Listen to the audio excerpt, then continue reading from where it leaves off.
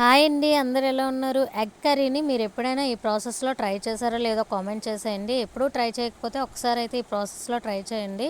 Taste అయితే చాలా బాగుంటుంది. ఇంకా ప్రాసెస్లోకి అయితే వెళ్ళిపోదాము.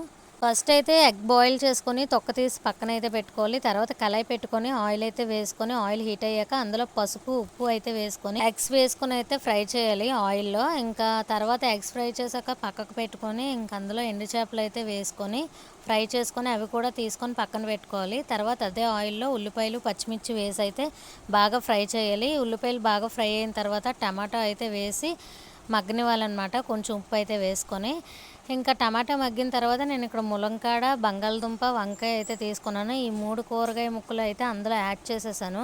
యాడ్ చేసిన తర్వాత కొంచెం కారం, మళ్ళీ ఉప్పు సరిపోకపోతే కొంచెం ఉప్పు అయితే వేసుకొని అందులోనే నేనైతే చిన్న చింతపండు అయితే యాడ్ చేస్తున్నాను. టేస్ట్ బాగుంటుందని చెప్పేసి ఇలా చిన్న చింతపండు అయితే యాడ్ చేసుకున్నాక ఈ కూరగాయ ముక్కలు అయితే ఒక 70% ఉడికిపోతాయి అనుకున్నప్పుడు మనం ఇక్కడ ఫ్రై చేసి పెట్టుకున్న ఎగ్స్, ఎండు చేపలు అయితే వేసేసుకోవాలి. వేసేసాక అయితే మూత పెట్టి ఒక 10 మినిట్స్ ఉంచాక మూత తీసి చూస్తే ఇంకా మన కూర అయితే రెడీ అయిపోద్ది. లాస్ట్లో కొత్తిమీర అయితే వేసేసుకొని స్టవ్ ఆఫ్ చేసేసుకోవడమే. ఈ కర్రీ టేస్ట్ అయితే చాలా బాగా వచ్చింది. ఒకసారి మీరు కూడా ట్రై చేయండి ఈ ప్రాసెస్లో.